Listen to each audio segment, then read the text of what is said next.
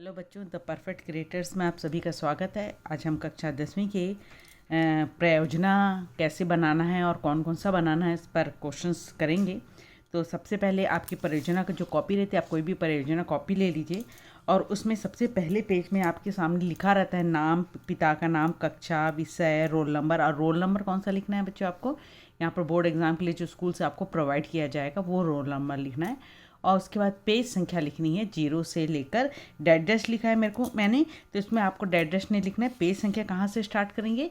अगला पेज को काउंटिंग करिए। यहाँ पर पेज नंबर लिखा रहता है, 1 लिखिए, उसके अगले वाले में 2 लिखिए, उसके अगले वाले में 3 लिखिए, ऐसा करके आपको लिखना है। तो सबसे पहले अब स्टार्ट करते हैं पहला प्रयोजना में। पहला प्रयोजना आधारित होगा आपका बीज गणित पर आधारित प्रायोगिक कार्य। आपको ऐसे ही लिखना है, बीज गणित पर आधारित प्रायोगिक कार्य, प्रयोजना क्रमांक 1। तो आज मैं आपको जो प्रयोजना क्रमांक 1 करवा रही हूँ उसका उद्देश्य देख लेते हैं। हम वर्ग समीकरण पढ़ चुके हैं, तो वर्ग समीकरण के विभेदक की सहायता से मूलों की प्रकृति की पहचान करना, मूल क्या होंगे उसकी पहचान करना हमारा उसका उद्देश्य है। उसके लिए आवश्यक सामग्री है, हमको क्या क्या जरूरत पड़ेगी? धनात्मक संख्या, शून्य और ऋणात्मक संख्याएं, और वर्ग समीकरण के शुद्ध मूल को ज्ञात करने का जो सूत्र होता है उसकी जरूरत पड़ेगी। तो हमको संख्याएं लेनी है और सूत्र लेने हैं, तो ये दोनों हमारी आवश्यक सामग्री होगी। सिद्धांत क्या काम कर रहा है, हम लोग किस पर काम कर रहे हैं? हमारा वर्ग समीकरण का मानक रूप आपको पढ़ाया गया है इसी वीडियो में। तो ax² plus bx plus c equal to 0 है। यहाँ पर ये a b c कौन सी संख्या है? वास्तविक संख्या रहती है, और जो x² के साथ का जो a पद है वो 0 के बराबर नहीं होना चाहिए। ये जब आपके कंडीशंस हो तो मूल ज्ञात करने का हमने सूत्र क्या याद किया था? उसको x बराबर ऋण b धन ऋण वर्गमूल के अंदर लिखना है b² minus 4ac upon 2a। ये b² माइनस 4ac क्या कहलाता था? अपना विभेदक कहलाता था, जिसको हम कैपिटल D से प्रदर्शित करते थे या विविक्तर करते थे। विभेदक नाम क्यों पड़ा? क्वेश्चन आ सकता है कि मानक रूप क्या है, तो आपको ये बताना पड़ेगा। इसके क्वेश्चंस क्लास में आपको लिए पूछे जाएंगे। तो और विभेदक क्या है? ये हमको जो 2 उत्तर प्राप्त होगा, एक धन लेने पर, ऋण लेने पर, उसका विभेद अलग अलग करके बताएगा, इसलिए उसका नाम पड़ गया है विभेदक। तो इसलिए सूत्र में ये जो है वर्गमूल के अंदर का पद b² माइनस 4ac, इसी को विभेदक बोला जाता है, जिसको d से प्रदर्शित कर रहे हैं। तो हमारा सूत्र ऐसा भी लिख सकते हैं, ऋण b धन ऋण वर्गमूल के अंदर वाली संख्या को d भी लिखकर बटा 2a लिख सकते हैं। तो आपका ये हमारा सिद्धांत, इस सिद्धांत पे आधारित हमको काम करना है। तो अब हमारी विधि क्या रहेगी बच्चों? तो इस विधि में आपको क्या लिखना है? 3 का विधि में आपको 3 काम करना है। वर्ग समीकरण के मूल ज्ञात करने के पहले d बराबर 0 रखना है और गणना करना है। फिर d का मान कोई धनात्मक रखकर गणना करना है, फिर d का मान कोई ऋणात्मक रखकर आपको गणना करनी है। तो आपको इस विधि में आपने ऐसा लिख देंगे कि हमको 3 काम करना है। अब ये जो विधि लिखी है इसको हमको करके दिखाना है। तो करके दिखाना है, उसके लिए क्या काम करिएगा देखिएगा। अब गणना, अगले पेज में आप क्या करना? गणना लिखना। स्थिति 1, स्थिति 1 में d बराबर 0। आप सिस्टमेटिकली कलरफुल पेन का इस्तेमाल करते रहिए और अलग से दिख जाए आप ऐसे ही चिन्ह का इस्तेमाल करिए यहाँ पर। तो d बराबर 0 का हमारा सूत्र क्या था? x बराबर ऋण b धन ऋण वर्गमूल के अंदर d बट्टा 2a था। d की जगह हमने क्या रखा? 0। तो वर्गमूल 0 का वर्गमूल कितना होता है बच्चों? देखिए 0 आया। तो अब हमारे पास ऋण b धन ऋण 0 बट्टा 2a। अब जब एक बार धन लेंगे तो इस धन ऋण की जगह हम धन लेंगे, तो ये ऋण भी वैसे ही रहेगा। धन ऋण की जगह धन लिया, 0 बट्टा 2a। 0 को जोड़ेंगे तो कोई फर्क नहीं पड़ेगा, तो ऋण b बट्टा 2a हो गया। अब हम ऋण लेंगे तो यहाँ पर जो यहाँ का चिन्ह जो ऋण है उसको धन ऋण की जगह ऋण लेंगे, तो ऋण b ऋण 0 बट्टा 2a। देखिए ऋण b ऋण 0 बट्टा 2a, 0 घटाएंगे तो कोई फर्क नहीं पड़ेगा, तो ऋण b बट्टा 2a आया। तो यहाँ पर ये दोनों क्या हुआ बच्चों? दिख रहा है दोनों का आंसर सेम है, यानी d बराबर 0 रखते हैं तो दोनों का उत्तर सेम प्राप्त होता है। देखिए कोई फर्क नहीं है। तो आपको बाएं पक्ष में अवलोकन सारणी बनानी है। देखिए बाएं पक्ष में ऐसा अवलोकन सारणी बनाइएगा, क्रमांक लिखिएगा, विविक्तर की स्थिति, वर्ग समीकरण के मूल यानी जिसको x बोलते हैं, मान ज्ञात करना। जो x का 2 उत्तर आते हैं उसको मूल बोला जाता है, आप जानते हैं।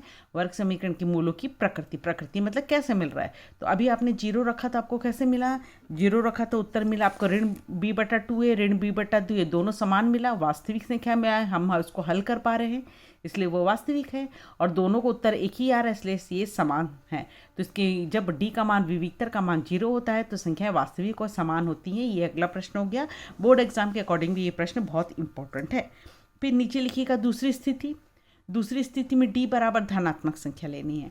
धनात्मक संख्याओं को हम ऐसा d ग्रेटर देन 0 इस प्रकार प्रदर्शित करते हैं तो डी का मान कुछ भी ले सकते हैं। मैं 49 ली हूँ, मैं ऐसी संख्या ले रही हूँ जो वर्गमूल, चूँकि हमारा सूत्र जो है वो वर्गमूल के अंदर डी है, तो वर्गमूल से बाहर निकालने के लिए मैं कोई भी संख्या जो लूँगी मैं वो रखने के लिए ऐसी संख्या लेना जो परफेक्ट वर्गमूल होती है जिसका, तो मैं 49 ले सकती हूँ, 36 ले सकते हैं आप, मैंने ऐसे लिख कर दे दिया है, आपकी मर्जी, आप 49 की जगह 36, 25, 81 कुछ भी संख्या ले सकते हैं। तो आप किसी एक संख्या को यहाँ पर मान रखेंगे। तो डी की सूत्र ये था, उस सूत्र में डी की जगह हमने रख लिया 49, तो ये वर्गमूल 49 हुआ। ये किसका वर्गमूल होता है? 49 का वर्गमूल होता है 7, तो ये हो गया ऋण बी धन ऋण 7/2। अब इसके बाद धन लेने पर, धन चिन्ह लेने पर हम लिखेंगे, तो ये धन ऋण 7 की जगह आप धन लिख दीजिए, बट्टा 2, बाकी पूरा सेम। उसके बाद ऋण लेने पर देखिए तो ऋण बी, ये ऋण 7/2 है, ये देखिए। तो अब ध्यान से इन दोनों को देखिए, जो उत्तर आएगा इसके ऊपर धन है, इसके नीचे ऋण है, यहाँ 7 जुड़ रहा है तो यहाँ 7 घट रहा है, बाकी सब सेम है। तो 7 जब जुड़ेगा तो अलग उत्तर मिलेगा, 7 घटेगा तो अलग उत्तर मिलेगा, यानी दोनों के उत्तर अलग आएंगे, और परंतु हल तो हो जाएगा। तो यहाँ पर बाएं पक्ष में आपका ने अवलोकन में क्या लिखना है कि जब डी का मान धनात्मक रहता है, 0 से बड़ा रहता है, तो उत्तर कौन कौन से मिले आपको? ये जो मिल रहा है ऋण बी धन 7/2 है, और ऋण बी ऋण 7/2 है, दोनों को यहाँ लिख देना है। हमको वास्तविक मान मिल रहा है और दोनों अलग अलग उत्तर प्राप्त हो रहे हैं, एक धन 7 है और एक ऋण 7 है, इसलिए असमान है, अलग अलग है। तो हमको पता चल गया कि 2 उत्तर अलग अलग मिलेंगे, परंतु उन दोनों का उत्तर वास्तविक होगा। अब उसके बाद तीसरी स्थिति में आपको क्या करना है? तीसरी स्थिति में आपको यहाँ पर डी का मान लेना है जब ऋणात्मक संख्या, तो आप डी का मान को ऋणात्मक संख्या ले लीजिए 0 से छोटा। तो ऋणात्मक संख्या में डी का मान ऋण 81 लिया मैंने। आप देखिए यहाँ पर जो उत्तर था उसी को ऋण में ले लीजिए, ऋण 36, ऋण 25, ऋण 49, कोई भी संख्या को आप ऋण में लिखना है आपको। तो ऋण 81 ले लिया हमने, कुछ भी संख्या ले लिए, तो ऋण 81 को मान सूत्र में मान रखा हमने, वर्गमूल के अंदर ऋण 81।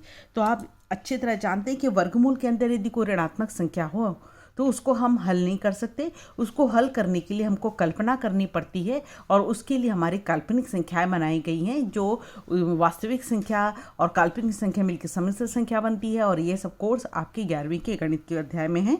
तो अभी हम कर रहे हैं हल। तो हमने क्या देखा कि वर्गमूल के अंदर यदि कोई ऋणात्मक संख्या है तो उसको हम वास्तव में हल नहीं कर सकते, तो आपको ऋण 81 को ऋण 81 ही छोड़ना पड़ेगा, उसको आप हल नहीं। 81 होगा तो आप 81 का 9 लिख सकते हैं वर्गमूल, परंतु ऋण 81 का वर्गमूल असंभव है। तो अब ऋण चिन्ह, धन चिन्ह लेने पर लिखेंगे तो ऋण भी तो लिख लिया, धन ऋण की जगह धन लिख लीजिए, बाकी पूरा उत्तर सेम। अब ऋण लेने पर लिखेंगे तो यहाँ पर ये जो धन ऋण है उसकी जगह सिर्फ क्या लिख लेना है? ऋण लिख लीजिए, बाकी पूरा सेम। तो एक बार धन ले लिया और एक बार ऋण ले लिया। तो अब आप देख रहे हैं कि दोनों अलग अलग उत्तर आएंगे, काल्पनिक आएंगे, कल्पना में हल होंगे, परंतु अलग अलग उत्तर आएंगे। तो यहाँ पर आपको क्या लिखना है कि डी का मान जब ऋणात्मक है तो दोनों मानों को लिख लीजिए। यहाँ जो लिखा है आपने दोनों को लिख लिया, एक धन में और एक ऋण में। तो हमारा उत्तर क्या आएगा? वास्तव में हल नहीं हो रहा, हल नहीं कर सकते, इसलिए इसको काल्पनिक लिख दिया जाता है, और दोनों उत्तर अलग आते हैं तो असमान लिख दिया जाता है। तो हमने 3 चीज़ देखी कि डी का मान 0 हो तो वास्तविक और समान होगा, डी का मान धनात्मक हो तो वास्तविक और असमान होगा, और डी का मान ऋणात्मक हो तो काल्पनिक और असमान होगा। तो ये हमारा क्वेश्चन था कि हमको कैसे हल करना है। उसके बाद आपको क्या करना रहेगा? अगले पेज में परिणाम लिखना। आप अगले पेज में परिणाम लिखेंगे तो हमने क्या परिणाम देखा कि डी का मान 0 हो तो मूल वास्तविक समान होते हैं, डी का मान धनात्मक हो तो वर्ग समीकरण के मूल वास्तविक और असमान होते हैं, डी का मान ऋणात्मक हो तो वर्ग समीकरण के मूल काल्पनिक और असमान होते हैं। जो हमने याद किया उसको हम परिणाम के रूप में तीनों लिख लेंगे। उसके बाद सावधानियाँ क्या है?